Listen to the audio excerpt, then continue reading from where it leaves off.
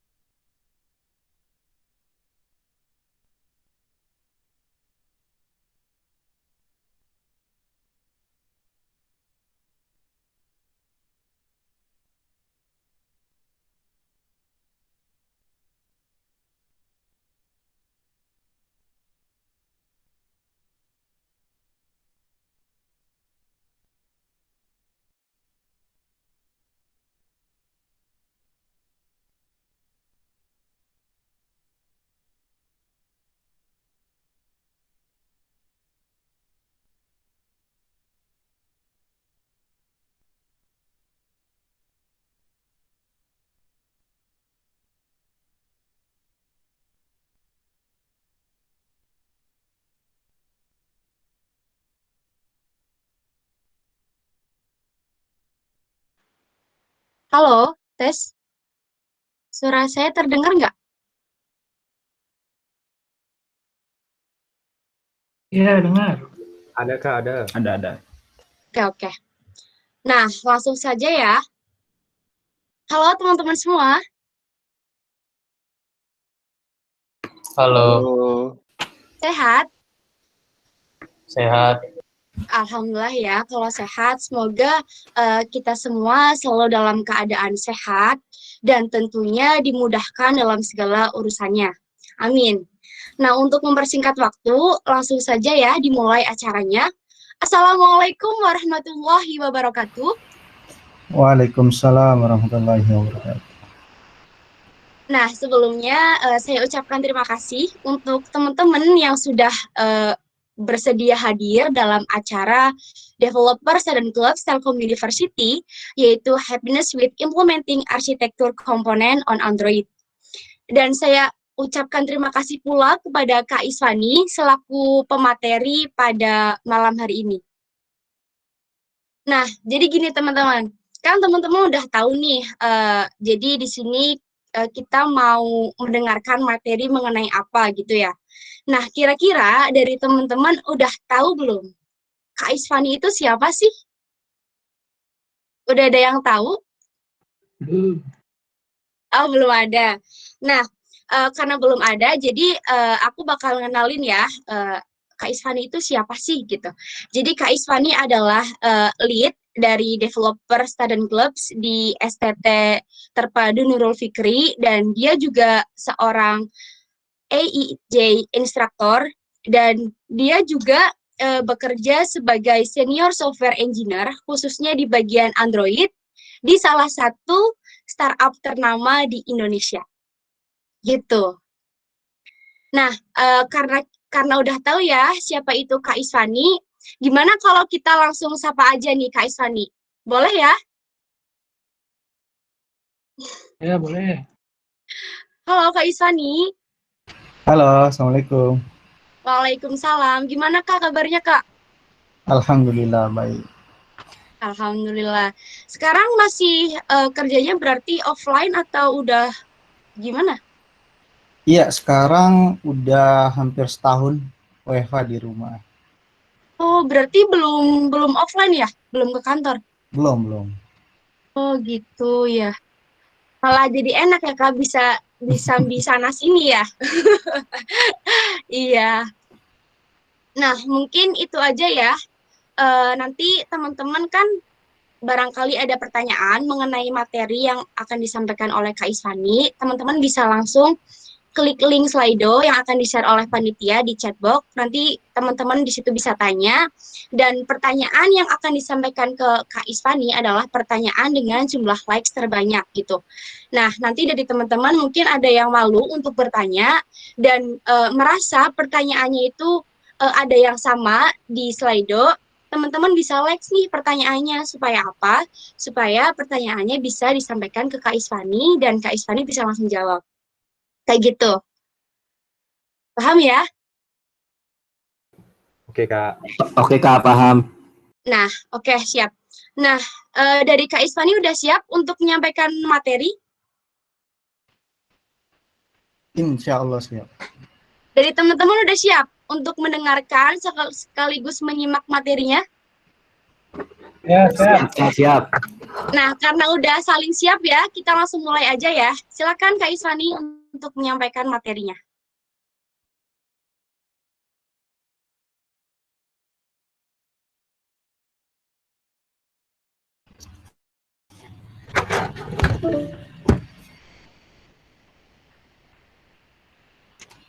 Suaraku jelas ya? Ya, jelas. Jelas Kak, jelas.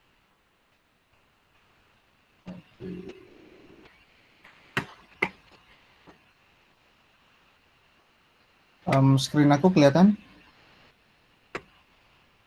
Kak. Ya, kelihatan. Kelihatan ya? Iya, ya. Oke, bismillahirrahmanirrahim. Assalamualaikum warahmatullahi wabarakatuh. Waalaikumsalam warahmatullahi wabarakatuh. Oke, pertama-tama mungkin aku ucapkan terima kasih banyak buat teman-teman di Telkom University, khususnya di komunitas DC, udah ngasih kesempatan buat aku untuk sharing ke teman-teman semua tentang salah satu topik yang menarik, yang cukup mungkin menjadi bekal ya untuk kita semua, apalagi sebagai software engineer, khususnya di Android. Oke, jadi hari ini, malam ini, aku coba sharing ke teman-teman semua. Mungkin singkat, nggak terlalu padat, dan aku hanya sharing topik-topik yang fundamentalnya aja gitu. Jadi nggak lebih deep, dan mungkin teman-teman bisa lebih paham lagi gitu, secara fundamental. Dan please take a note juga, kalau misalkan ada kesalahan atau kekeliruan dari aku, mungkin bisa diralat ya.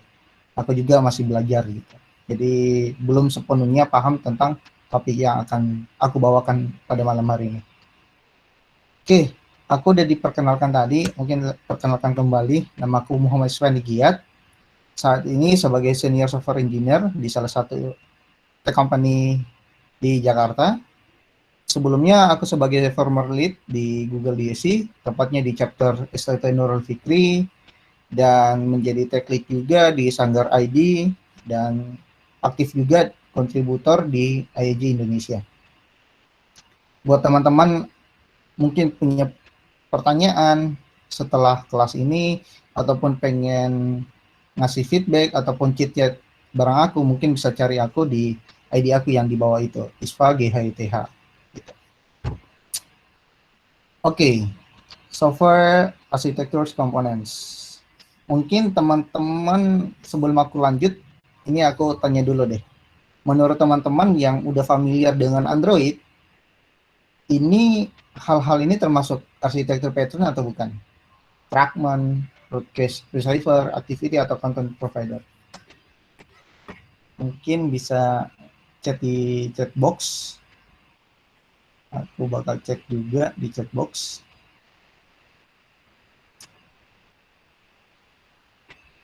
Oh ya, kita dua arah aja ya, jadi nggak usah kaku, santai aja. Jadi ini nggak formal juga. Jadi kalau misalkan pengen discuss ataupun pengen menyangga ataupun punya pertanyaan, mungkin pertanyaan bisa di akhir sesi nanti pakai Slido. Tapi kalau misalkan teman-teman ingin menyangga, bisa langsung di unmute terus raise question aja gitu. Jadi nggak usah terlalu malu. Kita dua arah aja gitu. Hopefully sih aku nggak satu arah, bukan dari aku ke teman-teman semua, tapi teman-teman juga bisa ngasih feedback ke aku gitu. Oke, termasuk. Oke, ada yang jawab termasuk, ada yang iya. Sebenarnya kurang tepat. Jadi hal-hal ini bukan termasuk dari arsitektur pattern gitu. Jadi hal-hal ini adalah termasuk dari Android framework gitu. Jadi bundle dari Android itu meliputi fragment, activity, broadcast receiver, dan content provider, termasuk dengan service ataupun yang lainnya gitu. Jadi ini adalah termasuk dari Android framework, bukan termasuk dari arsitektur pattern. Nah, jadi ini kita sebutnya sebagai kontrak aja gitu, bukan sebagai pattern gitu. Nah, untuk mencakup, untuk mengetahui apa itu arsitektur pattern, mungkin teman-teman sudah familiar juga tentang MVP, MVVM, MVI, ataupun MVC gitu. Jadi kalau teman-teman tahu ataupun pernah dengar dengan istilah-istilah ini termasuk dari arsitektur pattern. Jadi kalau MVP itu biasanya common yang paling sering kita gunakan sebelum Google official launch untuk MVVM, ataupun ada juga yang menggunakan MVI, pun ada yang menggunakan MVC gitu. Jadi ini termasuk dari arsitektur pattern. Nah,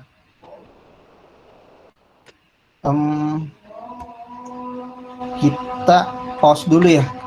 Lagi azan di sini, nggak apa-apa ya? Sebelum lanjut. Iya, nggak apa-apa, Kak.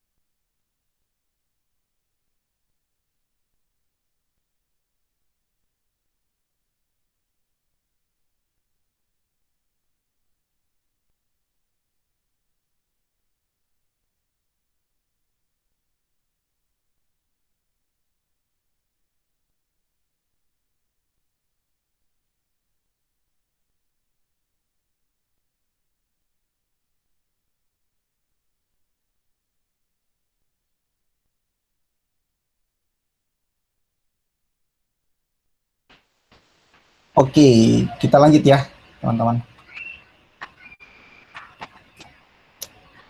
Halo, kedengeran nggak suara? Kedengar, Kak? Oke, oke. Kita lanjut ya. Jadi aku review kembali sedikit. Jadi fragment, activity, content provider, dan broadcast receiver dan lainnya itu termasuk dari Android framework, bukan dari arsitektur pattern. Jadi ini kita sebut sebagai kontrak aja sebenarnya. Nah, yang dimaksud dari arsitektur pattern itu meliputi MVP, MVVM, MVI, dan MVC gitu. Nah, di dalamnya mungkin ada terdapat beberapa kontrak seperti fragment ataupun activity kayak gitu. Nah, menariknya tahun 2017 atau 2018 kalau nggak salah, Google secara resmi official untuk apa ya, menstandarisasi sebuah arsitektur komponen, arsitektur pattern gitu. Dan itu part of dari Jetpack gitu. Jadi kalau misalkan teman-teman tertarik tentang apa yang sudah distandarisasiin dari Google terkait dari arsitektur komponen, mungkin teman-teman bisa ke link berikut gitu. Jadi teman-teman bisa cek di Jetpack part of MVVM gitu. Nah, sebelum kita sebelum kita melanjut ke MVVM, mungkin kita review kembali nih apa yang pernah kita lakukan, terus apa yang selain dari MVVM dan lain sebagainya gitu. Nah, contohnya seperti ini. Mungkin tanpa arsitektur komponen ya. Jadi biasanya mungkin aku juga di awal-awal ngoding Android itu polanya seperti ini teman-teman. Jadi aku cuman bikin satu activity, let's say kita sebut main activity, terus semua logiknya ada di dalam activity tersebut gitu. Jadi kalau misalkan kita lihat dari sisi kodenya, kurang lebih seperti ini gitu.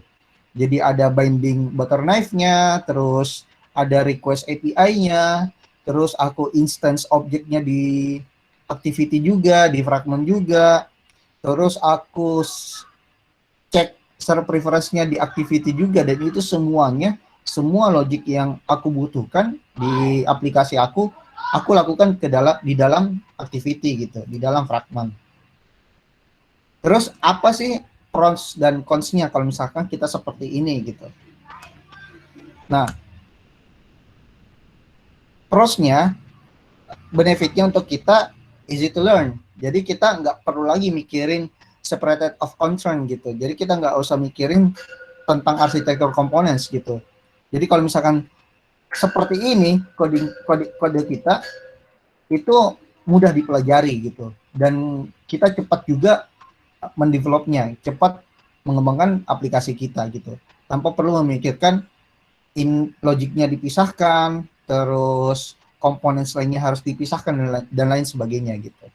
Tapi cons-nya, pertama hard to maintain gitu. Ini sudah jelas gitu. Kalau misalkan kita memasukkan semua logik, semua bisnis logik apapun ke dalam activity, ke dalam single activity, itu akan sangat sulit buat teman-teman semua untuk di-maintain di kemudian hari gitu. Tidak ada separation of concern gitu. Jadi benar-benar semuanya di dalam activity ataupun fragment gitu. Terus yang ketiga penting juga nih, tes gitu. Kalau misalkan teman-teman masukkan semuanya ke dalam activity ataupun fragment, itu akan sangat sulit buat teman-teman semua untuk melakukan testing gitu.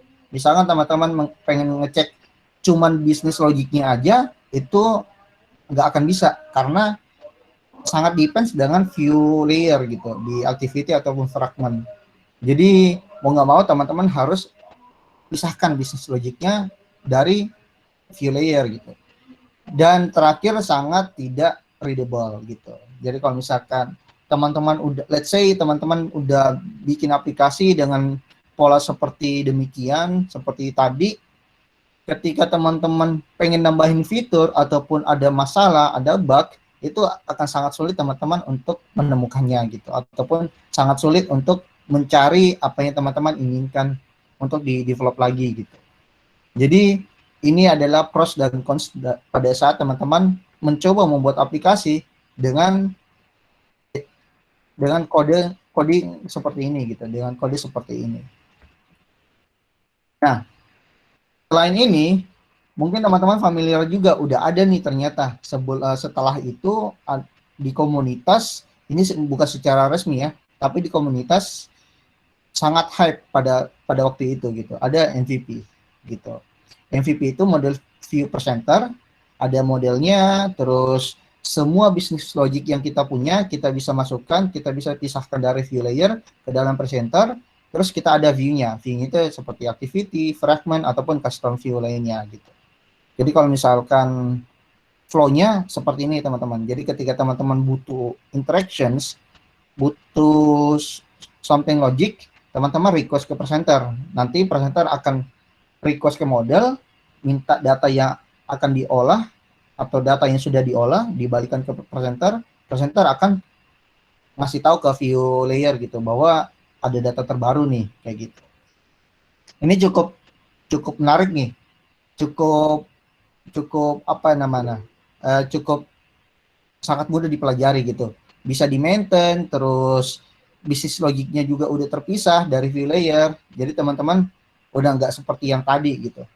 Tapi ada cons-nya juga nih teman-teman. Di MVP teman-teman harus punya view reference gitu. View reference itu apa? Seperti callback lah istilahnya. Jadi kalau misalkan teman-teman melakukan bisnis logic di presenter, agar bisa hasil datanya itu dilempar ke view layer, teman-teman harus ada view reference gitu. Ada kontrak untuk komunikasi antara presenter ke view kayak gitu. Nah, ini salah satu masalah nih, masalah fundamental pada saat kita menerapkan MVP. Kenapa? Kalau kita lihat view reference itu mungkin akan bisa terjadi null pointer exceptions gitu. Jadi kalau misalkan somehow view kita udah set, kita udah request, tapi tiba-tiba kita destroy, itu akan menyebabkan null pointer exceptions. Ataupun bisa menjadi memory leak gitu. Misalkan kita lihat nih, pada saat kita on-create kan biasanya kita set view dulu kan, untuk kita passing ke presenter dari view layer kita. Terus presenter melakukan request ke network, ke API kita. Terus fetch network ini akan melakukan request data di background task, di thread yang berbeda. Tapi pada saat kita on destroy, tiba-tiba sebelum datanya berhasil didapatkan, itu akan menyebabkan memory leak gitu. Jadi referensinya entah di mana gitu, ya kan? Jadi kalau misalkan kita lihat, kita set view-nya di view layer, terus ketika kita fetch network dan sedang diproses datanya, tapi tiba-tiba kita keluar nih dari activity kita ataupun fragment kita. Nah, view reference-nya itu bingung gitu. Ini reference kemana gitu. Dan ini salah satu penyebabnya bisa terjadi memory leak gitu. Nah, pros-nya udah enak nih. Jadi semua terbagi gitu, seperti of concern gitu. Bisnis logiknya terpisah, modelnya terpisah. Sangat mudah di-maintain juga codingan kita. Dan sangat mudah untuk dites juga gitu. Jadi kalau misalkan teman-teman pengen ngetes di bisnis logiknya aja, ini sangat mudah ketika teman-teman menerapkan MVP kayak gitu. Dan sangat mudah juga untuk dites gitu. Baik itu dari bisnis logik ataupun view layer-nya. Tapi cons-nya tadi seperti yang aku sebutkan juga. Ada pertama slower development gitu. Jadi development kita akan lebih lambat daripada kita menerapkan hal yang seperti pertama tadi gitu. Karena kita harus memikirkan nih, bisnis logiknya harus ditaruh semua di presenter, modelnya harus taruh di model layer dan lain sebagainya gitu. Dan juga yang kedua, ada banyak interface yang harus teman-teman butuhkan. Kenapa? Karena view layer dan presenter itu membutuhkan kontrak. Nah, kontraknya biasanya kita bikin sebagai interface class kayak gitu, abstract class. Dan presenter kadang-kadang kita membutuhkan Android UI reference. Nah, biasanya untuk presenter layer ataupun business logic layer itu jangan sampai ada Android UI reference. Kayak importnya itu Android X ataupun Android Context dan lain sebagainya gitu. Jadi teman-teman harus menghindari hal-hal yang seperti itu gitu. Nah, makanya ini jadi problem juga nih, problem utama di MVP. Nah, maka dari itu Google announce nih untuk menyelesaikan masalah-masalah yang sudah ada dan belum pernah ada standarisasi arsitektur pattern dari mereka, akhirnya mereka launch untuk arsitektur pattern gitu. Yang biasa kita kenal dengan MVVM. Jadi MVVM itu kurang lebih seperti ini. Ada MVVM itu model view model, view model, dan view. Jadi teman-teman interaksinya seperti ini. Ketika teman-teman butuh data di business logic layer atau view model layer, teman-teman bisa request, nanti view modelnya akan minta datanya di model layer, terus di view kita nggak perlu lagi nih minta datanya, ataupun nggak perlu lagi view modelnya ini kirim data terbarunya gitu, karena prinsipnya MVVM ini observer gitu. Jadi kita nggak perlu tahu kapan data itu diterima, kapan data itu akan didapatin. Jadi teman-teman tinggal observe aja di view model kayak gitu. Begitupun juga ketika teman-teman butuh di update ataupun butuh data yang terbaru, itu semuanya teman-teman tinggal observe di view layer. Jadi nggak perlu lagi ada reference dari view model ke view layer kayak gitu. Oke, kalau untuk modelnya itu bisa kita definisikan sendiri, bisa meliputi repository layer ataupun teman-teman pengen pakai domain layer ataupun lain sebagainya kayak gitu. Contohnya misalkan di salah satu aplikasi yang cukup populer di Indonesia, teman-teman bisa bikin beberapa model nih untuk di search resultnya kan. Ada recent search, ada recent view, ada popular search. Ini semuanya kita bisa separated as a model kayak gitu. Kita bikin modelnya satu persatu. Lalu bagaimana untuk di view modelnya? Nah, view modelnya ini benar-benar tidak ada keterikatan ataupun tidak ada consume terhadap Android Framework Components. Jadi sebisa mungkin view model itu benar-benar fokus terhadap tugasnya gitu, fokus terhadap business logic. Jadi kalau misalkan ada interaksi antara, maksudnya ada reference ke fragment, konteks, activity ataupun resource, itu bisa jadi view model teman-teman harus di-maintain lagi kayak gitu, harus dicek lagi. Karena pada dasarnya view model ini hanya untuk fokus terhadap business logiknya gitu. Tidak ada komunikasi, tidak ada interaksi terhadap view-nya. Karena agar kita bisa dapatin datanya di view model, di view-nya lah yang akan melakukan observable gitu, akan melakukan observer terhadap view modelnya kayak gitu. Jadi di view model tidak ada UI reference sama sekali gitu. Jadi activity ataupun fragment ataupun view layer lainnya itu dia akan melakukan observe kayak gitu terhadap view model. Nah, observe ini maksudnya dia akan melakukan komunikasi terhadap data yang ada gitu. Jadi ketika business logic melakukan do something gitu untuk meminta data, untuk mengupdate data, itu dia di view layer kita tinggal observe aja kayak gitu. Lalu bagaimana di view-nya gitu. Nah, view itu seperti biasa, view layer itu meliputi fragment, activity, konteks ataupun resource kayak gitu. Oke, bentar sebelum aku lanjut, kecepatan nggak penjelasanku? Atau kurang jelas? Aman Kak, aman, aman. Yang lain, kalau kecepatan atau kurang jelas, ini aja ya, langsung disanggah aja ya, nggak apa-apa, santai aja. Oke, kita lanjut ya. Nah, ini ada satu hal yang harus teman-teman take a note juga. Kalau ketika teman-teman menerapkan arsitektur pattern, arsitektur components, sebisa mungkin view teman-teman itu benar-benar bodoh gitu. Maksudnya tidak ada business logic sama sekali. Tidak ada business logic sama sekali. Pun kalau misalkan teman-teman ingin ada business logic, itu teman-teman harus masukkan semuanya ke dalam view model kayak gitu. Jadi ini view is dumb gitu. Jadi benar-benar tidak ada business logic. benar-benar di view layer itu hanya merender sebuah data gitu, merender sebuah data yang ada di view model kayak gitu. Nanti aku kasih satu contohnya. Mungkin kita bisa explore repository yang ada di Google kayak gitu. Dan ini caranya. Jadi kalau misalkan teman-teman pengen nge-observe data di view model, teman-teman tinggal instance view modelnya, terus teman-teman get data observable-nya, lalu teman-teman bisa observe kayak gitu. Dan ini kira-kira pola dari MVVM. Oh sorry, kita cek dulu pros dan cons-nya nih.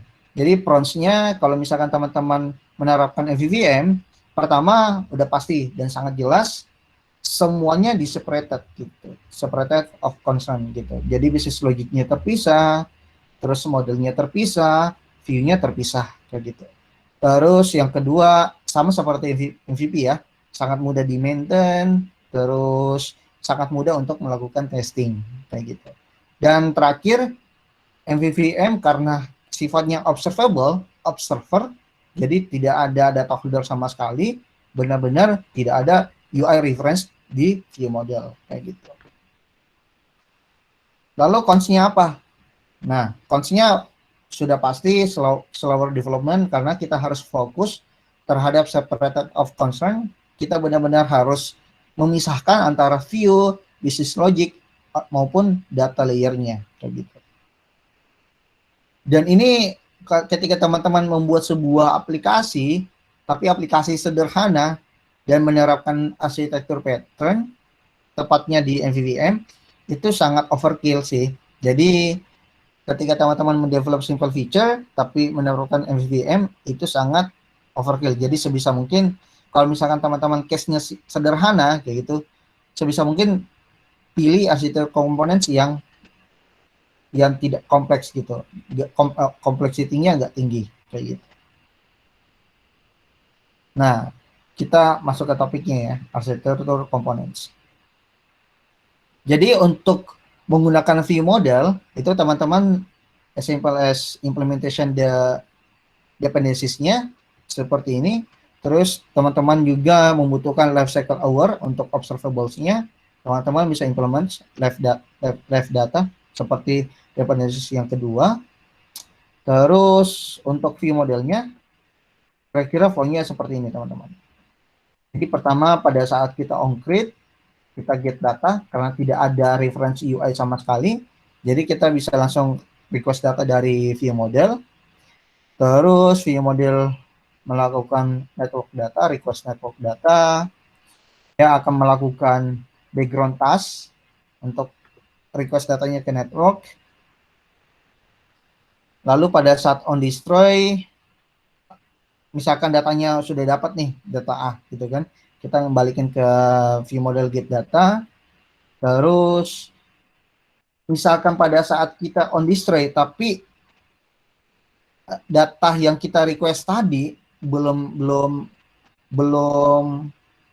selesai, tapi kita udah on destroy, dan pada saat kita on create harusnya datanya masih bisa diterima di on create kayak gitu. Pun misalkan ketika kita rotate device kita dari landscape ke portrait, itu datanya masih bisa didapatin karena data holder kayak gitu. Kalau misalkan kita on destroy, datanya sudah diterima nih di get data, kita on destroy, tidak ada memory lagi sama sekali kayak gitu. Dan ini life cycle-nya. Jadi kalau misalkan kita melihat life cycle dari activity di sisi kiri, kita bisa lihat nih life cycle-nya si view model di sisi kanan. Pada saat kita on create, dia akan on create. Pada saat on destroy, view model akan secara otomatis call on clear-nya. Jadi semua yang dependencies terhadap observer-nya, dia akan clear secara otomatis kayak gitu.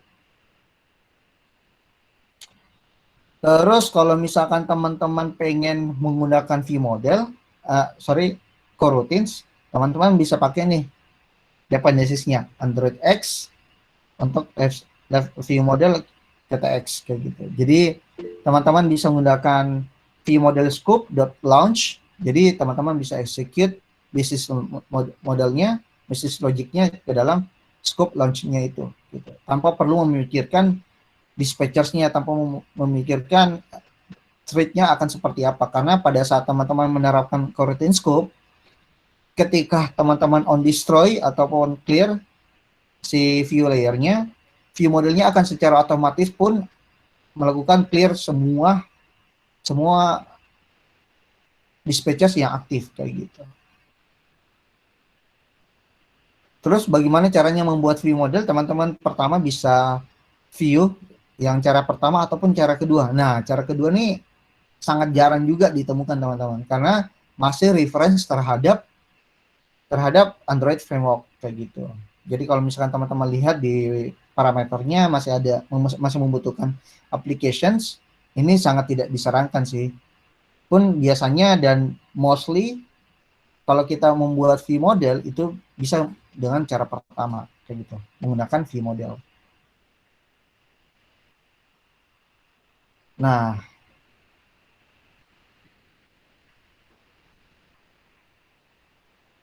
kalau misalkan teman-teman benar-benar butuh applications, konteks misalkan di view model, teman-teman sebenarnya bisa pakai Android view model, tapi sangat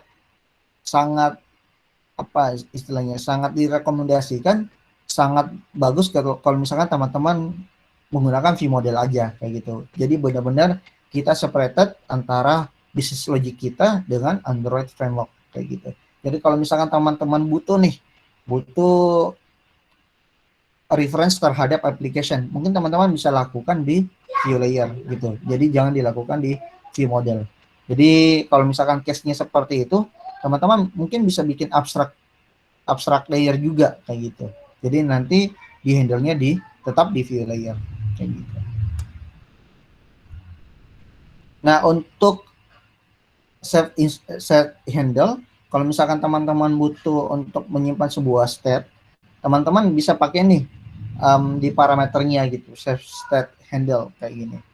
Jadi teman-teman nggak perlu lagi nih handle state teman-teman di onCreate kayak gitu. Biasanya kan kalau misalkan kita mau handle catching untuk state-nya, kita kan harus biasanya handle di onCreate kan.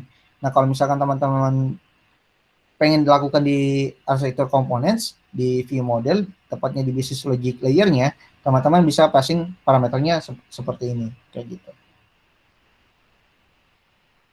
Nah, kenapa kita membutuhkan save state? Karena kita bisa handle nih rotate dari device kita gitu. Jangan sampai pada saat kita request datanya, terus user melakukan rotate, datanya akan melakukan request kembali kayak gitu. Jadi teman-teman bisa handle case seperti itu dengan menggunakan save state handle kayak gitu.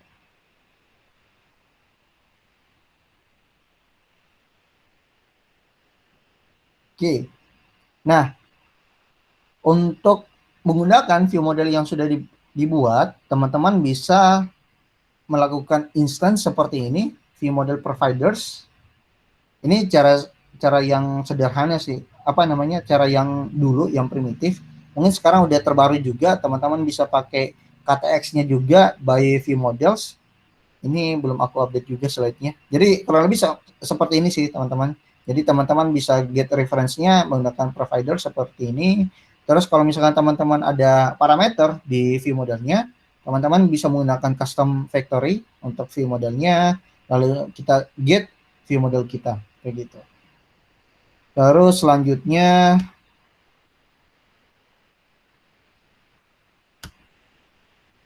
kalau misalkan seperti yang aku bilang tadi, kalau misalkan teman-teman ada parameter di view modelnya, misalkan seperti ini, kita ada save state handle, ada model A, model B, itu teman-teman bisa bikin custom factory kayak gini. Misalkan kita bikin custom factory, terus di factory-nya kita set parameternya, terus kita bisa bikin creation untuk factory-nya seperti ini. Jadi nanti penggunaannya bisa seperti ini teman-teman. Jadi pada saat kita instance view model kita bisa set factory kita kayak gitu.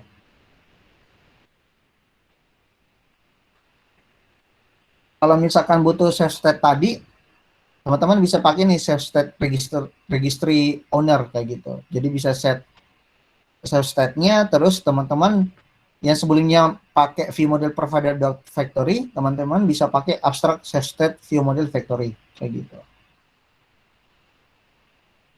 Nah, ini menarik juga nih di MVVM. Karena MVVM itu sifatnya observable, jadi segala aktivitas bisnis logik yang kita lakukan terhadap view modelnya itu benar-benar life cycle aware kayak gitu. Jadi maksudnya apa sih gitu?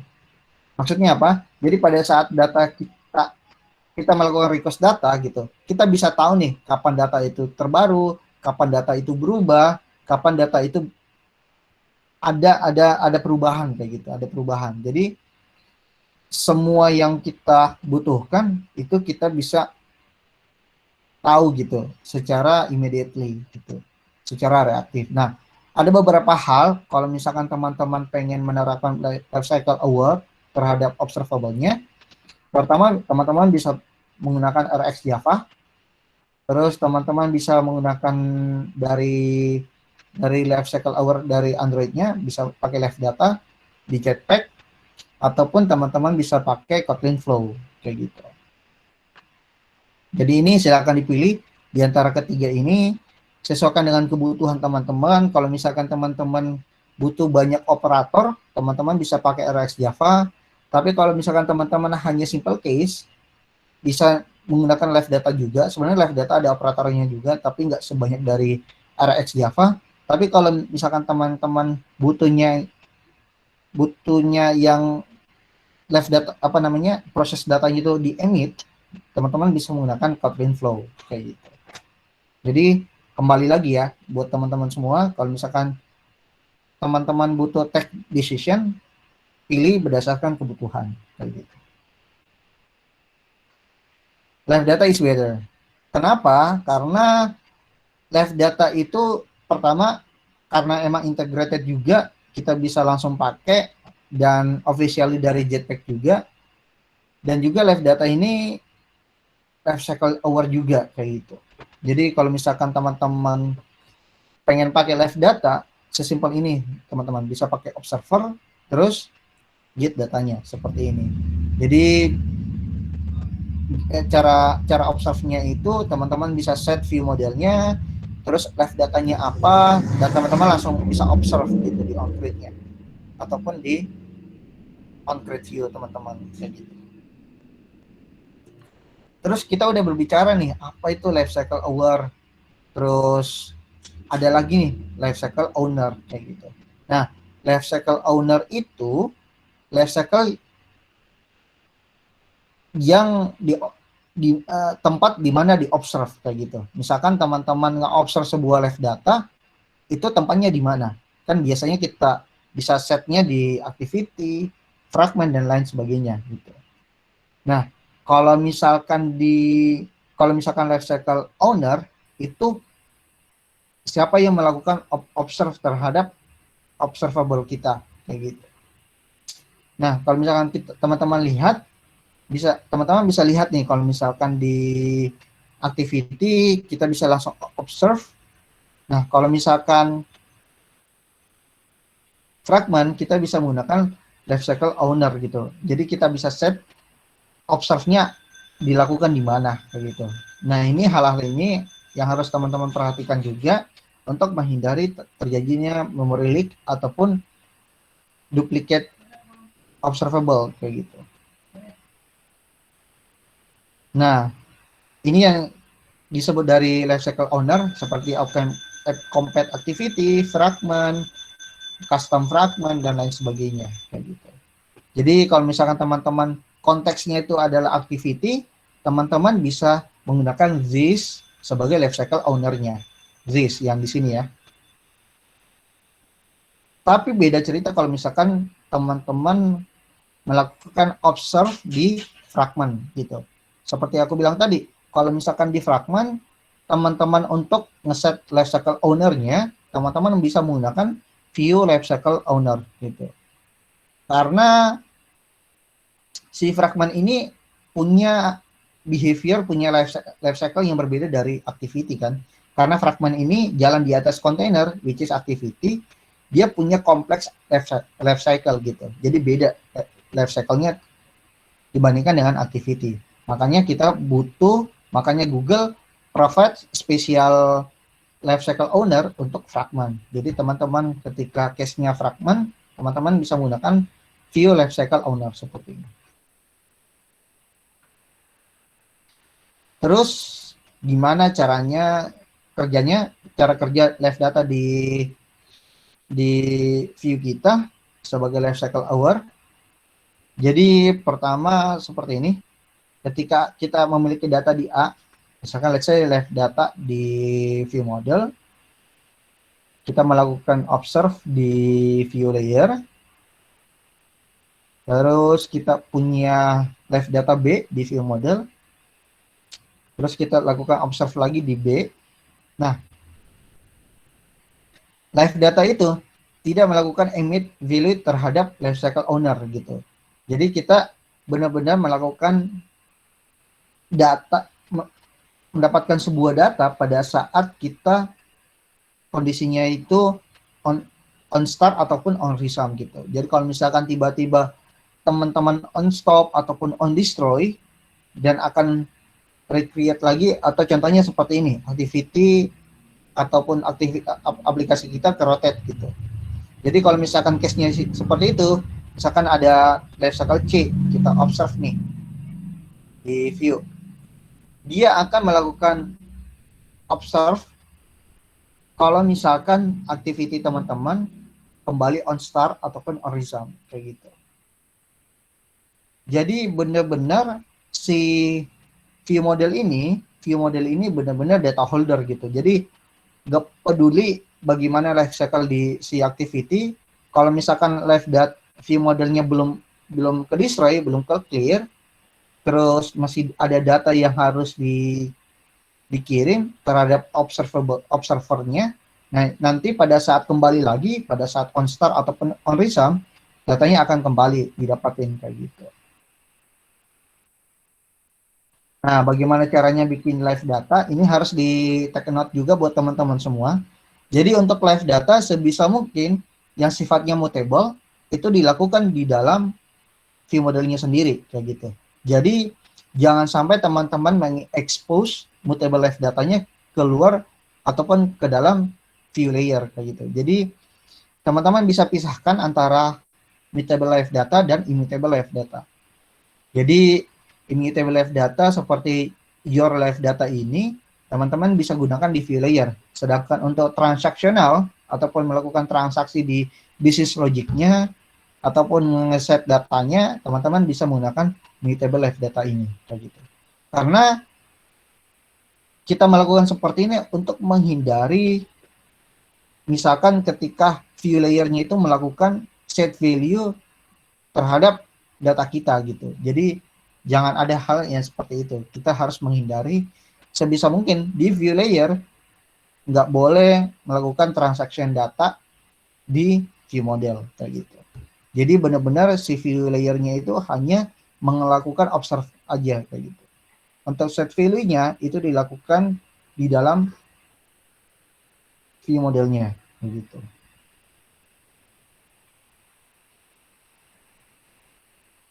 Terus kita bisa set datanya terhadap live data kita seperti ini, dot value, terus datanya seperti apa, sederhana.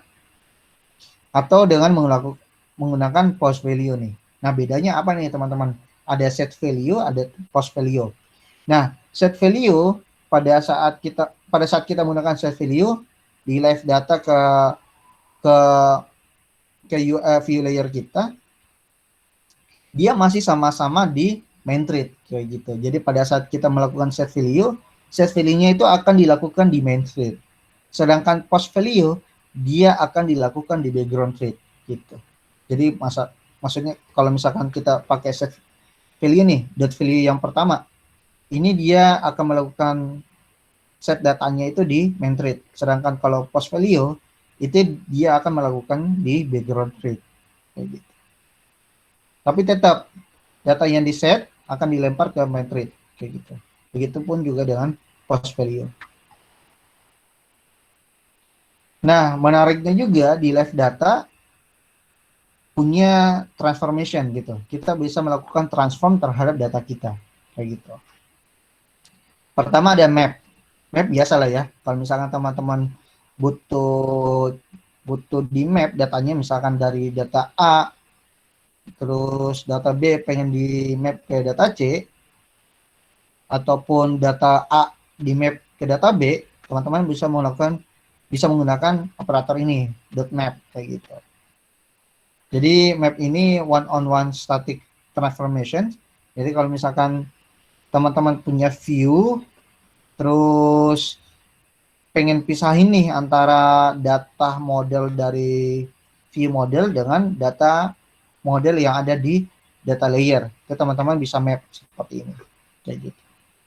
Ataupun teman-teman ketika menerapkan repository layer, terus dia akan melakukan return live data, teman-teman bisa map nih di view model kayak gitu.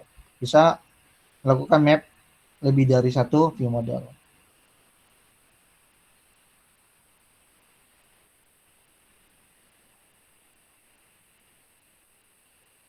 Nah, yang kedua, ini udah aku jelasin tadi ya. Jadi pertama yang kedua ada switch map itu. Kalau switch map itu one-on-one dynamic transformations. Kalau misalkan map tadi itu static, sedangkan switch map itu dynamic kayak gitu. Jadi kalau misalkan teman-teman pengen nge-mapping nih lebih dari satu live data gitu menjadi live data yang baru, teman-teman bisa menggunakan switch map gitu. Misalkan contohnya kita ada dua sumber live data nih dari user address repository dan user ID repository kayak gitu. Jadi kedua live data ini teman-teman bisa map menjadi satu live data dengan menggunakan switch map kayak gitu. Contohnya di sini ada user ID repository, get user ID, terus user address repository, dia live data juga, get user address. Teman-teman bisa menggunakan switch map kayak gini nih. Jadi kita get user ID-nya dulu, dari user ID yang didapetin kita bisa set di user address repository begitu. Terus ada one to many transformations juga, ada mediator live data kayak gitu. Jadi kalau untuk one to many dari tadi kan kayak map, switch map itu kan one to one. Bedanya ada yang static, ada yang dynamic. Nah, sedangkan one to many itu teman-teman bisa menggunakan mediator live data kayak gitu. Jadi kalau misalkan teman-teman ada lebih dari dua live data, terus pengen nge-observe ketika live data yang pertama ataupun yang saling berkaitan sudah selesai ke-observe, teman-teman bisa menggunakan mediator live data seperti ini kayak gitu. Ini karena ini seminar ya, aku coba ilustrasiin cara membuat MVVM projects. Jadi misalkan kita punya aplikasi seperti ini, simple kids game, kita akan mendisplay masalah matematika menggunakan image view, terus kita akan mendisplay skornya, kita ada button untuk submit answer-nya, terus kita bisa regenerate problemnya ketika setiap buttonnya itu diklik. Begitu. Nah, step pertama kita bikin modelnya, nih teman-teman. Jadi pertama teman-teman bisa bikin modelnya seperti ini. Kita ada model problem, terus kita bikin create problem di main domain seperti ini, dan dia akan melakukan random number dari number pertama dan number kedua. Dan dia melakukan perhitungan di answer, terus kita return sebuah problem seperti ini. Simpel ya model kita ya. Terus untuk menggunakan live data ataupun kita mau di suspend, jadi teman-teman bisa tambahkan identifier suspend di fungsinya seperti ini. Lalu yang kedua, setelah kita bikin modelnya, kita bikin view modelnya nih teman-teman. Jadi bisa teman-teman buat seperti ini view modelnya, terus teman-teman masukkan ke dalam parameter untuk main domain yang udah kita bikin sebelumnya. Terus teman-teman bisa siapkan dua function seperti ini, reverse problem dan unswerved problem seperti ini. Lalu yang ketiga, karena kita ingin mengekspos problemnya, teman-teman bisa define si live datanya seperti ini. Lalu karena kita punya ada parameter lebih dari satu, ada self state dan made domain, teman-teman bisa create custom factory seperti ini. Kayak gitu. Terus gimana cara pakainya di view layer? Cukup sederhana, teman-teman bisa pakai seperti ini. Karena sekarang ada live data KTX, jadi teman-teman bisa pakai by view models seperti ini. Terus teman-teman bisa set factory-nya seperti ini. Kayak gitu.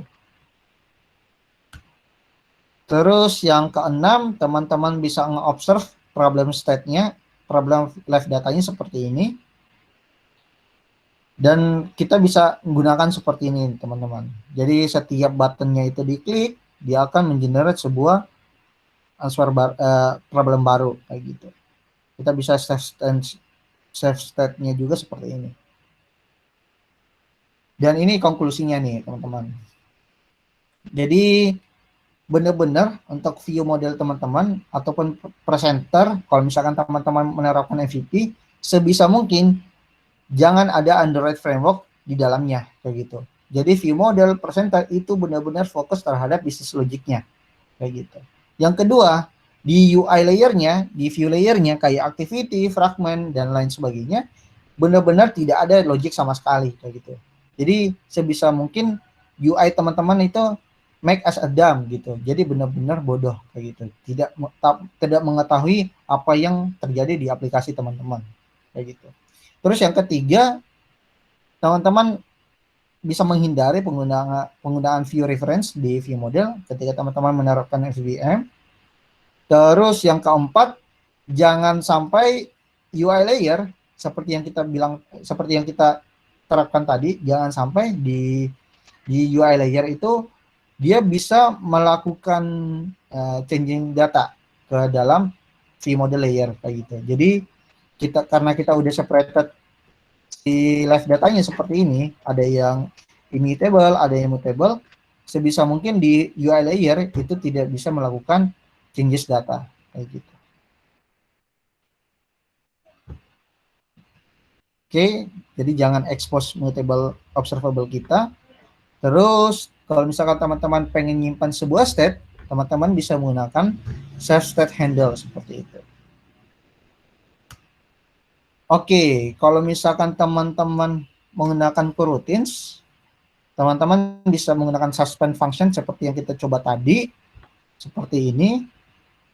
Terus teman-teman bisa passing nih, bisa bedakan antara main thread sama background thread-nya, misalkan IO thread-nya.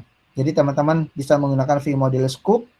Terus untuk melakukannya di dalam IO thread, teman-teman bisa, ataupun di main thread, teman-teman bisa menggunakan with context gitu. Tergantung dispatchers-nya mau di thread mana, kayak gitu. Oke, that's it. Cukup dari aku, kurang lebihnya mohon maaf. Mungkin ada pertanyaan. Gimana teman-teman? Mantap ya materinya ya? Pusing. Sama aku juga pusing nih. Iya. Di sini udah ada beberapa pertanyaan, Kak. Boleh langsung dibacain? Boleh. Buat pertanyaan pertama, sesignifikan apa sih pengaruh arsitektur pattern terhadap performa aplikasi dibandingkan tidak menggunakan arsitektur pattern tertentu? Oke, berarti konteksnya lebih ke performance ya. Untuk performance, nah pada saat kita menerapkan arsitektur pattern, kita bisa mengolah nih. Jadi kalau misalkan teman-teman tahu garbage collector, biasanya kan kita nggak tahu nih, kita reference kita di mana aja, terus pada saat kita melakukan request data seperti tadi, misalkan ke destroy, misalkan kita nggak berbicara dulu deh dari MVVM kayak gitu, misalkan teman-teman masih menggunakan MVP kayak gitu. Nah kalau misalkan teman-teman menerapkan MVP, itu sebisa mungkin teman-teman harus handle juga beberapa kondisi seperti memory leaks ataupun null pointer exceptions gitu. Jadi dari sisi performance teman-teman bisa mengolah nih. Jadi pada saat menerapkan MVVM, teman-teman bisa tahu, bisa mengolah sejauh mana referensi yang teman-teman miliki kayak gitu. Jadi kalau misalkan di MVVM, enaknya semua reference yang kita lakukan terhadap di business logic di di view model kita itu udah diatur nih sama view model gitu. Once kita keluar ataupun ke destroy dari activity kita, itu dia akan melakukan clearing secara otomatis kayak gitu, tanpa kita melakukan clear manual kayak gitu. Itu kan bisa menghemat memory usage ataupun reference yang kita miliki kayak gitu. Jadi nggak ada ghost reference kayak gitu. Biasanya kan kalau teman-teman tahu istilahnya ghost reference itu masih ada objeknya di memori teman-teman, tapi nggak pernah dipakai kayak gitu. Dan itu kan akan numpuk secara terus-menerus gitu. Nah, makanya ketika kita menerapkan arsitektur pattern, teman-teman bisa tahu reference mana aja, terus teman-teman bisa tahu pengolahan referensinya. Apalagi kalau misalkan teman-teman menerapkan dependencies injection kayak gitu. Jadi teman-teman bisa mapping nih apa aja yang teman-teman miliki gitu. Objek apa aja yang teman-teman miliki. Once ketika objek itu nggak dibutuhkan, teman-teman bisa clear ataupun remove kayak gitu. Kayak gitu sih. Jadi untuk pertanyaan pertama udah terjawab ya. Kita lanjut ke pertanyaan kedua. Kak, untuk proses itu dilakukan pada view model atau model. Contohnya format input sebelum request atau format hasil request sebelum ditampilkan. Silakan Kak. Contohnya format input sebelum request. Nah, pokoknya gini nih teman-teman. Make it simple aja. Jadi tugasnya itu untuk view model itu lebih ke business logic kayak gitu. Just it kayak gitu. Jadi benar-benar hanya business logicnya aja. Tapi kalau yang berhubungan dengan UI, teman-teman bisa lakukan di view layer kayak gitu, di UI layer kayak gitu. Ini aku kurang tahu sih konteksnya format input itu seperti apa. Mungkin kalau misalkan format input ada logiknya, ya teman-teman lakukan di view model kayak gitu. Tapi kalau sebatas view state kayak gitu, kayak misalkan salah masukkan data terus muncul error, itu teman-teman bisa lakukan di UI layer kayak gitu. Jadi make it simple aja ya. Kalau view model lebih ke business logic, kalau di UI layer lebih ke view logiknya gitu, state view-nya teman-teman. Lanjut pertanyaan ketiga ya Kak. Nah, ada yang tanya nih, kira-kira kalau di tempat Kak Isfani sekarang kerja itu pakainya apa? RX Java, Live Data, atau Flow? Kita pakai ketiganya, tergantung kondisinya.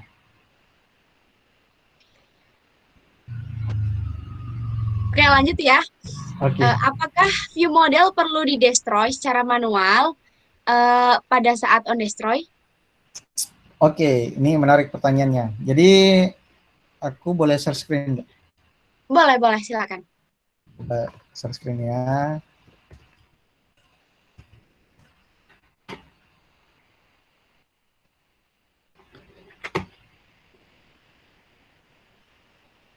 Nah, ini kita coba explore nih teman-teman.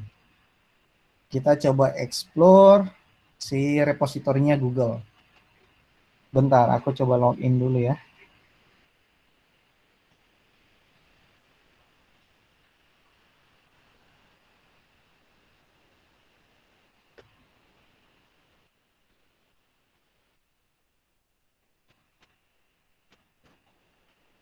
Oke, nah sebelum kita lihat dulu deh.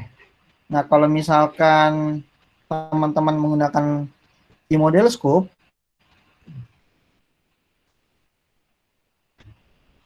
nah seperti ini. Kalau misalkan teman-teman pakai coroutines nih, ya kan? Terus pakai coroutines, terus teman-teman pakai view model scope. Nah, ini teman-teman nggak perlu lagi nih khawatir. Teman-teman nggak perlu lagi memikirkan pada saat ke destroy, teman-teman harus nge-clear nih itu nggak perlu lagi di handle nih teman-teman. Jadi kalau misalkan teman-teman pakai view model scope, dia akan nge-clear si coroutinesnya ketika view modelnya di clear kayak gitu. Jadi kalau misalkan kita lihat di repositorinya Google, contohnya seperti ini ya.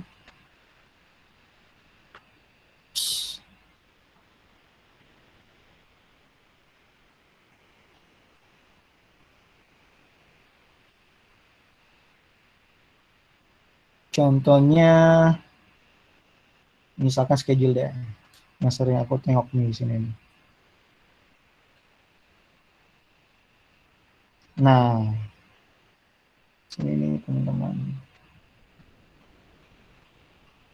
Ups, view modelnya ini.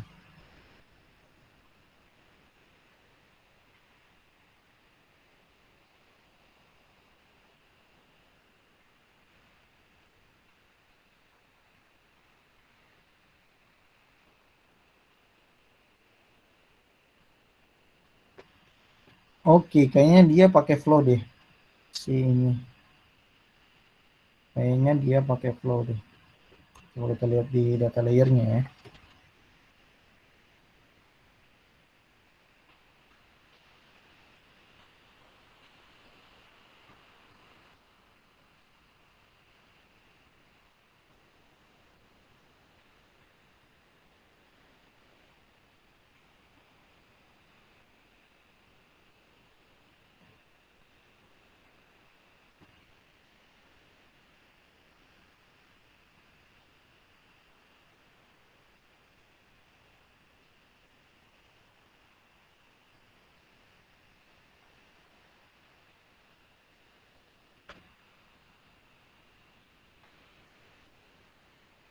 Atau kita coba lihat repository aku deh.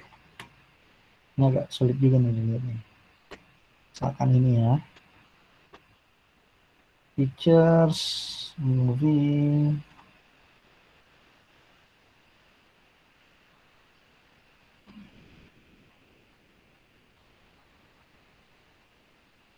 Aku belum pakai nih.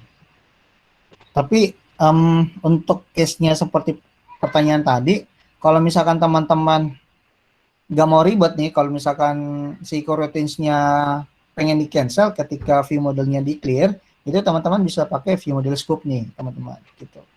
Jadi kita nggak usah khawatir nih apakah terjadi memory leaks atau enggak gitu. Karena ketika teman-teman menggunakan ini secara otomatis dari view modelnya dia akan melakukan cancel ketika view modelnya di clear kayak gitu.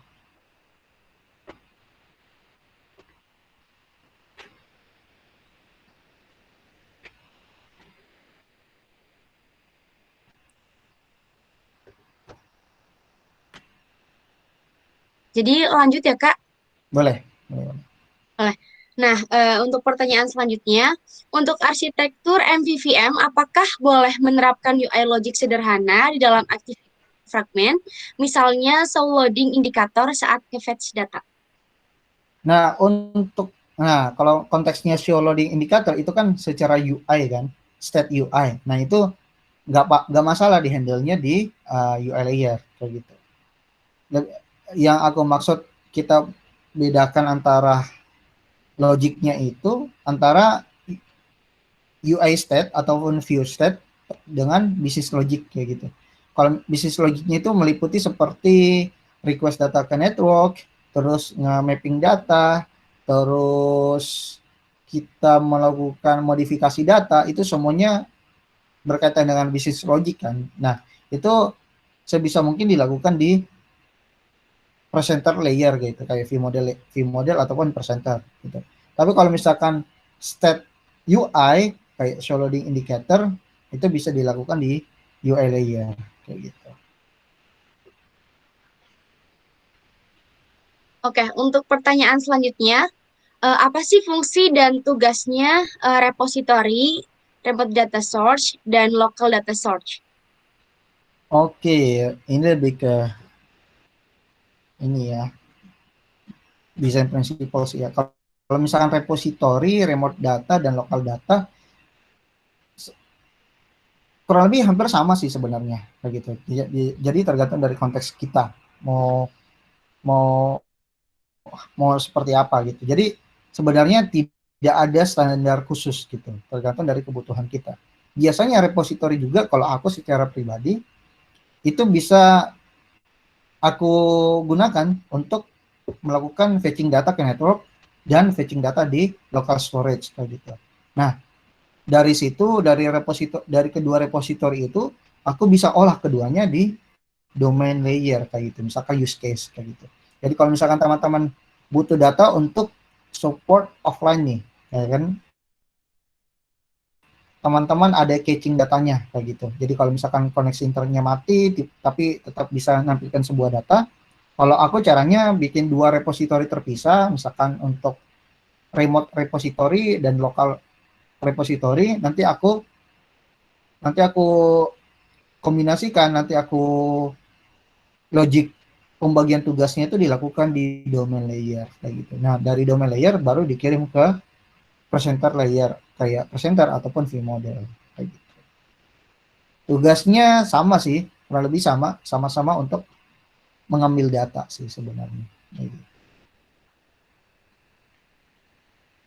Oke, oke. Buat next question, tolong dong Kak jelasin cara bahasa pemulanya, apa sih perbedaan dari model, view, dan view model? Secara bahasa pemula, Oke, katanya. bedanya model itu lebih ke datanya gitu. Misalkan data seperti sesimpel deh kayak Pojo kayak gitu atau mapper kayak gitu, itu dilakukan itu model istilahnya, ataupun kayak tadi repository, use case, itu model, kita sebutnya model. View itu kita sebut untuk activity, fragment, ataupun custom view. Sedangkan view model yaitu business logicnya, presenter layer kayak gitu. Mungkin semoga terjawab ya. Iya, iya. Untuk pertanyaan selanjutnya, kapan sih kita harus menggunakan live data dan mutable data di dalam view model? Kapan kita gunain live data dan mutable live data? Nah, seperti tadi teman-teman, live data itu digunakan untuk bukan mengirim sih, untuk digunakan di UI layer gitu. Jadi live data itu digunakan di UI layer. Sedangkan mutable live data itu digunakan di dalam vModel itu sendiri begitu. Jadi kalau misalkan teman-teman pengen ngeset data, set value tadi kayak tadi, itu teman-teman harus menggunakan mutable live data of course untuk set value-nya kan. Tapi kalau misalkan teman-teman pengen ngirim datanya, pengen bisa di-observe di UI layer, itu teman-teman bisa expose dengan live datanya aja, tanpa mengekspos mutable live datanya. Kayak gitu. Kenapa perbandingannya? Ya, kita bisa lihat dari penamaannya juga. Live data itu kan immutable. Benar-benar kita nggak bisa ubah kan. Jadinya itu cocok digunakan pada saat interaksi ke UI layer. Sedangkan mutable live data itu untuk transaksionalnya di dalam view modelnya kayak gitu. Jadi teman-teman harus pisahkan antara immutable dan mutable. Jadi jangan sampai teman-teman mengekspos mutable live datanya ke dalam UI layer kayak gitu. Mungkin ini pertanyaan yang ditunggu-tunggu semuanya ya, Kak. Semuanya kayak pengen tahu tips and triknya supaya bisa masuk ke Tokopedia gitu. Kira-kira harus punya modal apa aja sih gitu. First yang harus dilakukan tuh apa aja? Oke, sebelum aku jawab, aku sama sekali nggak mewakili entitas tertentu. Jadi benar-benar ini apa yang aku sharing ke teman-teman semua itu berdasarkan pengalaman aku sendiri. Mungkin aku bisa kasih tipsnya, tapi secara general. Jadi nggak substantif ke spesifik company, begitu. Misalkan Tokopedia ataupun yang lain sebagainya. Nah, untuk bisa masuk ke company kayak Tokopedia, Gojek, Bukalapak, ataupun tech company lainnya, itu pertama teman-teman harus kuat secara fundamental sih. Ini banyak yang miss nih, banyak yang miss. Jadi pengen masuk misalkan sebagai Android engineer gitu, tapi sangat minim pemahaman secara fundamentalnya kayak gitu. Itu menjadi jadi catatan besar sih buat teman-teman semua. Jangan sampai teman-teman itu menganggap sepele ataupun menghiraukan hal-hal yang fundamental kayak gitu. Karena apa? Biasanya di perusahaan-perusahaan besar itu mencari kandidat yang sangat strong, sangat kuat terhadap fundamentalnya kayak gitu. Contohnya deh, pas masuk aja pada saat interview kan biasanya kita kenal whiteboard test kan, ya kan? Whiteboard test itu kita akan dilakukan tes pada saat interview mengasah algoritma kemampuan logika kita kayak gitu. Itu kan sebenarnya sederhana kayak gitu kan. Itu hal yang dasar. Nah, itu banyak yang miss dari situ. Banyak yang gagal di tahap itu karena itu secara fundamental nggak kuat kayak gitu. Jadi kuatkan fundamentalnya, contohnya seperti algoritma dan struktur data, terus object oriented, terus dasar pemrograman Android itu sendiri kayak gitu. Biasanya pada saat interview juga yang ditanya itu bukan yang lebih kompleksnya, tapi yang lebih sederhana. Contohnya deh, biasanya aku tanya ke teman-teman aku juga, cara ngirim data dari activity ke fragment bagaimana? Itu contoh sederhananya seperti itu. Nah, itu teman-teman harus tahu. Bukan bagaimana caranya, tapi bagaimana cara kerjanya gitu. Jadi benar-benar mindset teman-teman bukan lebih penggunaan library-nya. Oh, bisa pakai Evin Bash, bisa pakai library ini, library itu. Bukan itu yang kita cari. Tapi yang kita cari bagaimana kamu bisa tahu secara fundamental kayak gitu. Jadi pertama itu teman-teman harus kuatkan secara fundamental kayak gitu kan. Yang kedua, personal branding, of course. Jadi sebisa mungkin personal branding ini yang positif ya. Contohnya teman-teman aktif di komunitas, terus teman-teman aktif publikasi open source, ataupun teman-teman aktif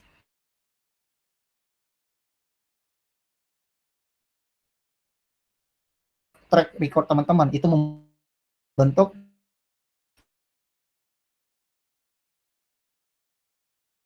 step di awal nih. Itu melihatnya dari situ gitu. Track record teman-teman kayak gitu. Jadi sebisa mungkin teman-teman menyiapkan track record teman-teman yang baik kayak gitu. Contohnya sesimpel deh, kalau kita sebagai engineer, kita menyiapkan track record kita untuk aktif kontribusi di GitHub misalkan di beberapa open source project kayak gitu. Terus mungkin teman-teman suka menulis, teman-teman bisa aktif gitu untuk sharing pengalaman teman-teman di blog teman-teman kayak gitu. Jadi personal branding juga sangat apa ya? Mungkin salah satu hal yang sangat aku rekomendasiin sih untuk teman-teman persiapkan kayak gitu. Terus teman-teman juga bisa sebelum apply di tech company itu yang aku sebutkan tadi, teman-teman bisa prepare juga nih kayak freelance atau mengasah kemampuan ya, kayak freelance ataupun magang ataupun lain sebagainya.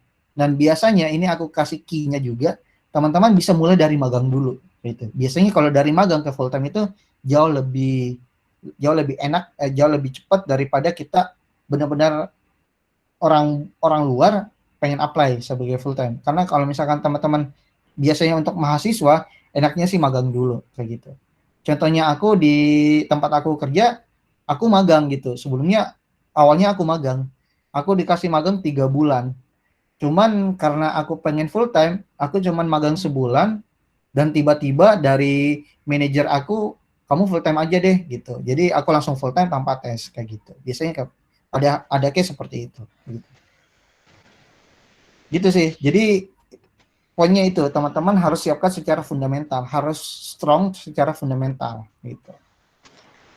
Oh ya, mungkin Kak Isfani bisa share juga Kak tentang rekrutmen magangnya gitu. Apakah ada perbedaan antara rekrutmen magang sama kerja full time kayak gitu?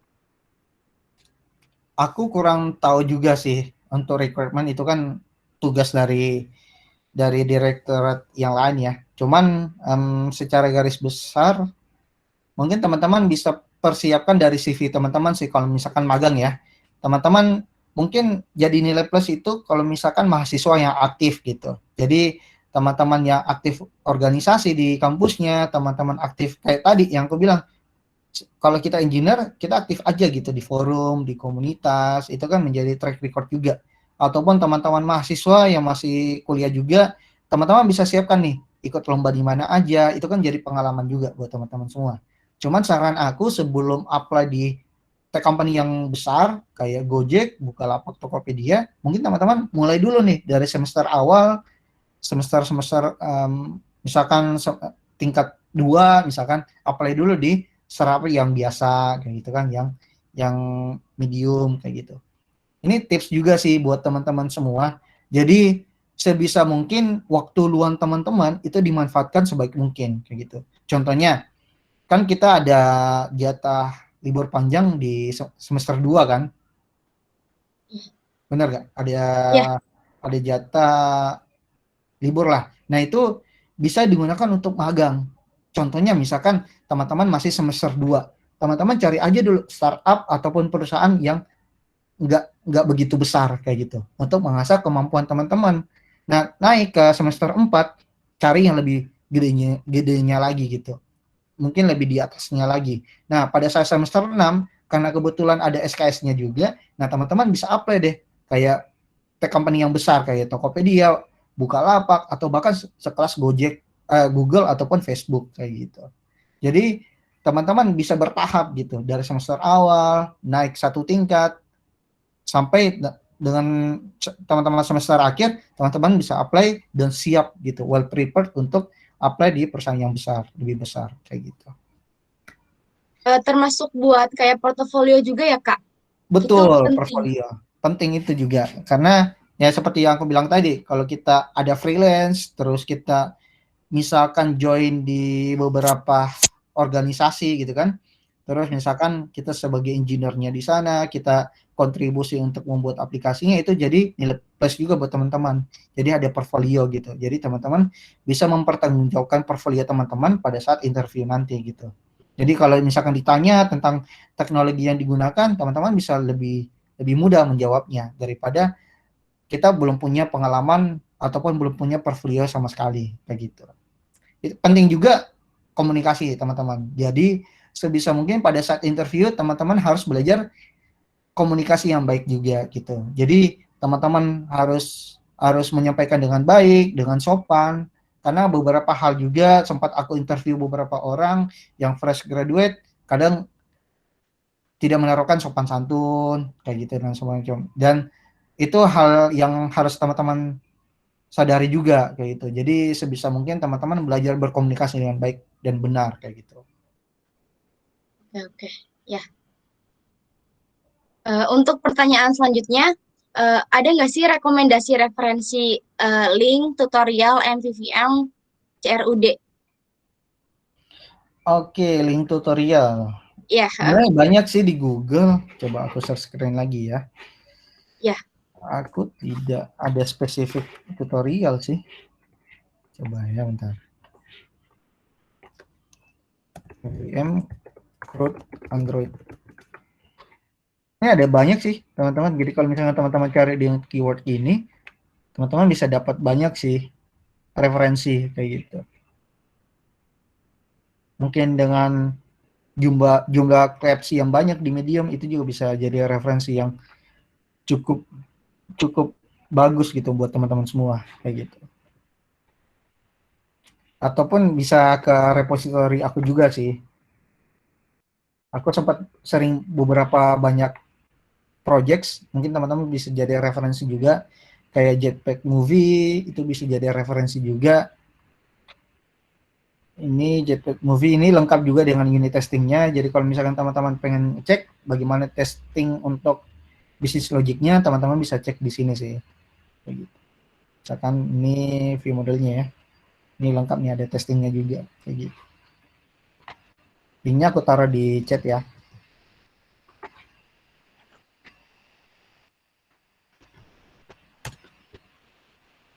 Nah, itu bisa dicek ya, teman-teman. Linknya udah ada di chat box. Oke, untuk pertanyaan selanjutnya, bagaimana sih cara memetakan folder dan kelas setiap folder agar sesuai dengan arsitektur komponen tersebut?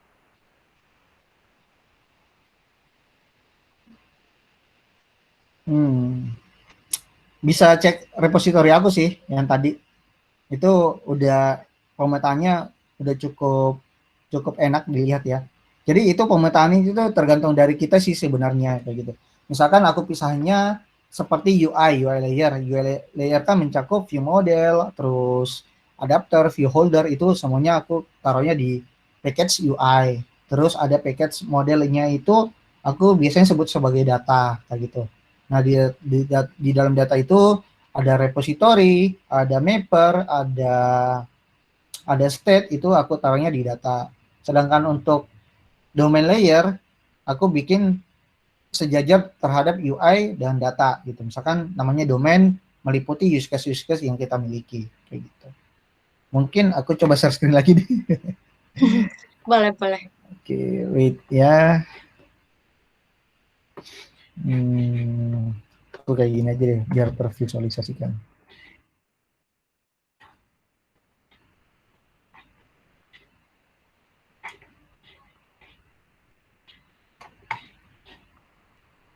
Jadi kalau misalkan aku biasanya ada data, ada domain, ada UI.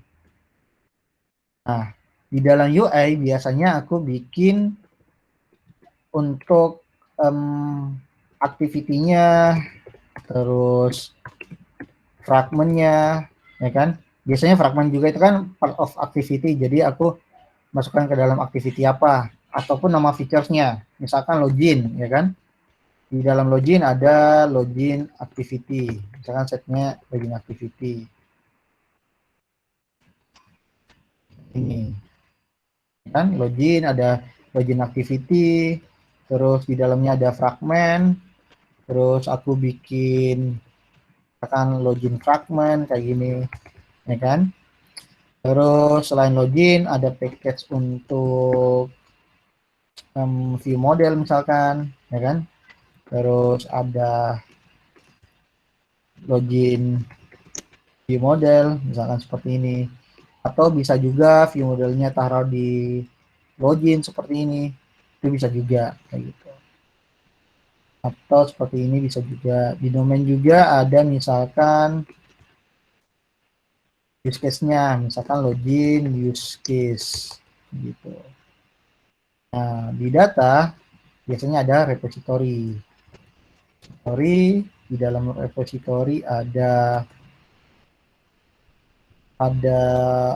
login repository misalkan, terus ini ada dua ya, misalkan login repository, ada login repository implement, terus ada mapper. Nah, kita bisa tambahkan mapper juga kayak gini mapper. Terus juga di UI ada, jangan lupa UI model gitu. Ada login UI model. Terus di sini ada data, ada entity misalkan.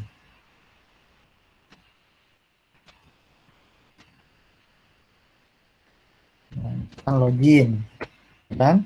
Ada repository, kayak gini, ada mapper, ada login mapper. Kurang lebih seperti ini sih, bisa seperti ini teman-teman. Nah, lengkapnya bisa cek repository aku sih. Ubek-ubek aja GitHub aku, mungkin ada sesuatu yang bisa dipetik. Ya, ya, oke, oke. Jadi jangan lupa teman-teman buat cek GitHub-nya Kak Iswani ya. Di situ udah lengkap gitu, tinggal diubek-ubek aja gitu. Kalau misalkan nggak lengkap, bikin isu aja, request mau bikin apa, ntar aku coba buatin buat teman-teman semua. Atau japri aja di Telegram, Instagram, ataupun Facebook. Nah, untuk pertanyaan selanjutnya, gimana sih Kak cara menginsert data respon dari network ke room database dan dilakukannya di mana? Apakah di view model atau harus menggunakan DTO? Gimana pertanyaan? Coba di share screen lagi Mas Aditya Rohmi.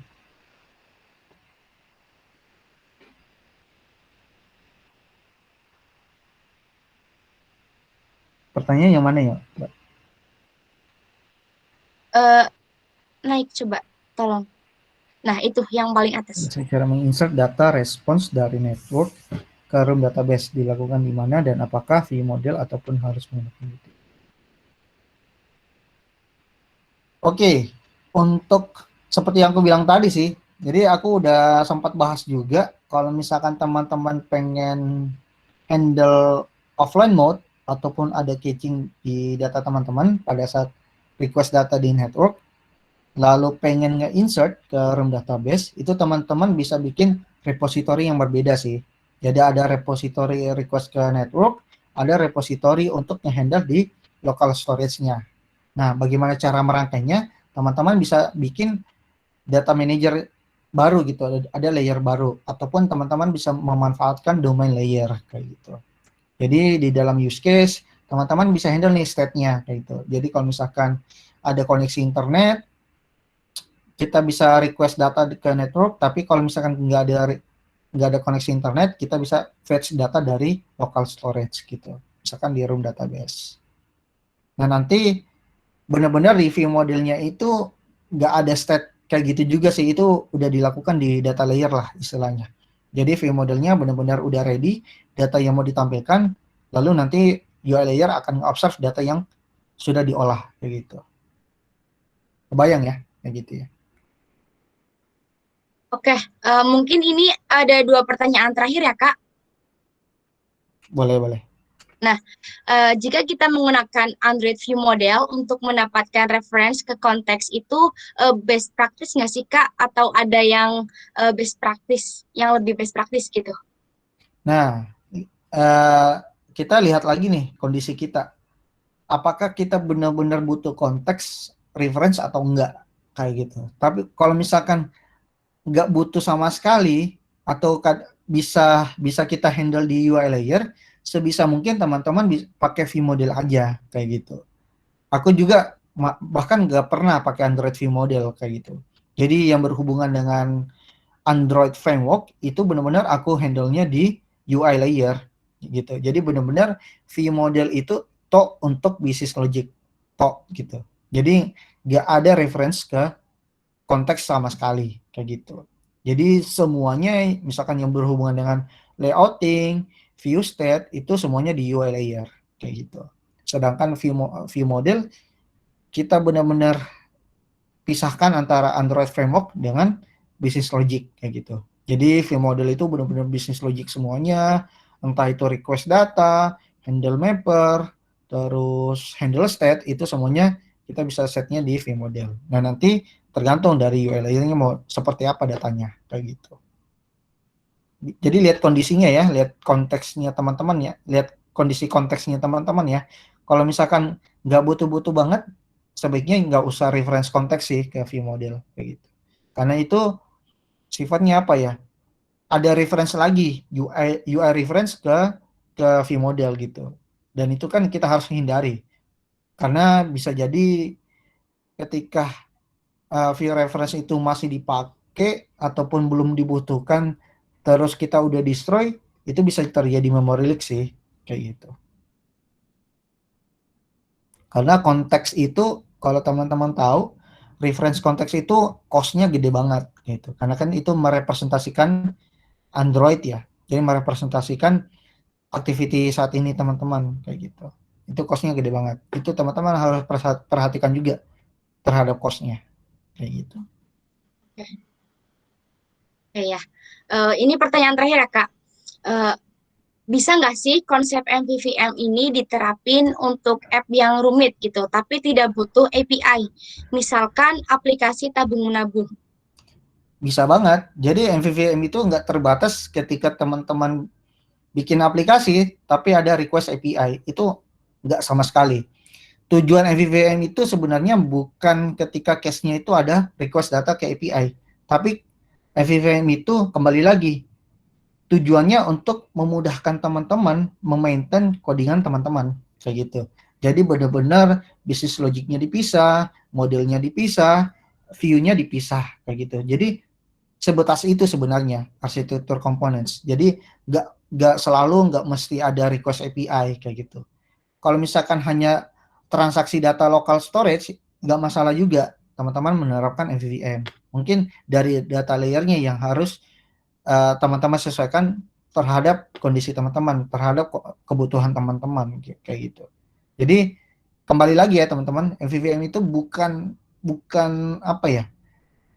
Case-nya itu bukan selalu menggunakan data dari network kayak gitu. Jadi MVVM itu konteksnya untuk memisahkan bisnis logic, view, dan model teman-teman kayak gitu. Jadi biar codingan teman-teman itu bisa di-maintain dengan baik, bisa di-testing dengan baik, terus semuanya terpisahkan dengan baik sesuai tugasnya masing-masing kayak gitu. Oke. Mungkin untuk sesi tanya jawabnya dicukupkan dulu ya, Kak. Oke. Terima kasih buat Kak Isfani udah jawab pertanyaan. Tadi banyak banget ya yang tanya, lebih dari 10 penanya. Terima kasih juga buat teman-teman yang sudah menanyakan pertanyaan di Slido tadi. Mungkin bagi teman-teman yang merasa bahwa pertanyaannya belum terjawab sama Kak Isfani, bisa langsung tadi hubungi melalui sosial medianya Kak Isfani ya, Kak? Ya, Nah, boleh. ya tuh. Boleh banget tanya atau diskusi atau apa gitu. Feel free ya. Jadi kalau misalkan ada pertanyaan di luar acara ini, bisa kontak aku di Telegram, Instagram, Facebook, ataupun sosial media lainnya. Ya, mungkin untuk acara selanjutnya ada penyerahan sertifikat oleh lead dari Developer Student Club Telkom University, Kak Aditya Rohman. Silakan Kak Adit. Tepuk tangan dulu dong. Terima kasih. Kita tepuk tangan online ya di sini. Terima kasih. Oke, untuk Kak Isfani, terima kasih sudah berkenan untuk mengisi acara kita pada malam hari ini, dan dari kami DSCTLU hanya bisa memberikan plakat ini atau sertifikat ini kepada Kak Isfani. Oke, mohon diterima, silakan. Mungkin Aul bisa di screenshot ya. Ya, oke.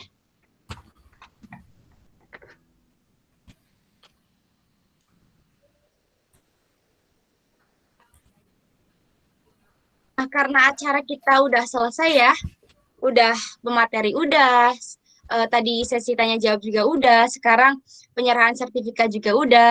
Nah, sekarang waktunya kita foto bersama. Boleh ya dari teman-teman semua di-on-kan kameranya, kita abadikan momen ini gitu. Pasang pose terbaik teman-teman. Oke, silakan. Bisa langsung di-on cam. Buat panitia siap ya buat ngambil gambarnya. Nanti kita foto 3 kali ya. Yang kedua gaya bebas, yang satu gaya dari DSCTLU, DC-nya gitu. Oke.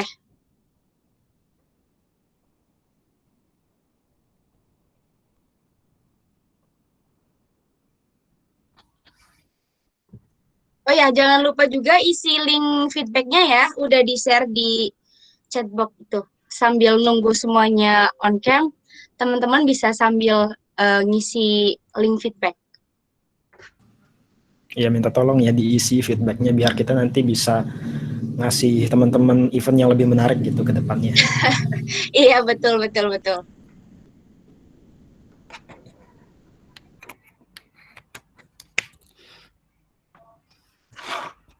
Mulai ya. Siap ya buat yang mengambil gambar, panitia?